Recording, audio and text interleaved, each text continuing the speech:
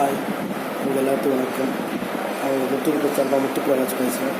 நான் இன்றைக்கி பேசுகிற டாபிக் பேர் எதை பற்றி பேச போகிறோம்னு பார்த்தீங்க. அதாவது சில தினங்களுக்கு மதுரை ஆதினம் அவர்கள் ஒரு ரிப்போர்ட் சொல்லியிருக்காரு.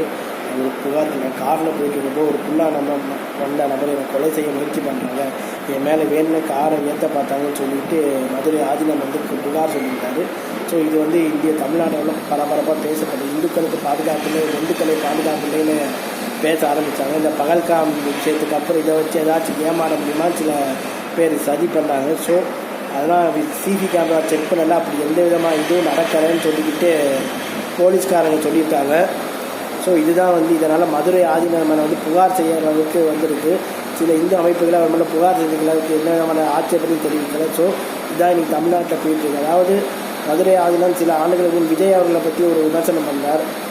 பிள்ளையாரப்பா உன் பேர் சொல்லப்போ என் உடம்பெல்லாம் சிலுக்கு, ஆனால் என் காதலி பேர் சொல்லப்போ சிலுக்குன்னு சொல்லிக்கிட்டு இதனால் விஜய் அவர்களை மதத்தை சார்ந்து ஒரு விமர்சனம் பண்ணார். நம்ம பார்த்துருக்கோம். இப்போவும் அது இப்படி மாதிரி பேசிகிட்டு இருக்காரு. இப்போவும் மதச்சார்ந்த மாதிரி ஒரு கலவரம் பண்ணுற மாதிரி ஒரு பேச்சு பேசுகிறார். போலீஸ் துறை ஒரு மாதிரி நடவடிக்கை எடுத்திருக்கு. ஸோ இதாக எல்லோரும் வரவேற்கிறாங்க. இனிமேல் இது மாதிரியான ஒரு சாமிகள் பேசாமல் இருக்கிறது, இது மாதிரி பேச வேண்டாம்னு சொல்லி வீடியோ நான் முடிச்சுக்கிறேன். உங்கள் விடைபெறும் முத்துப்பிரகாஷ்.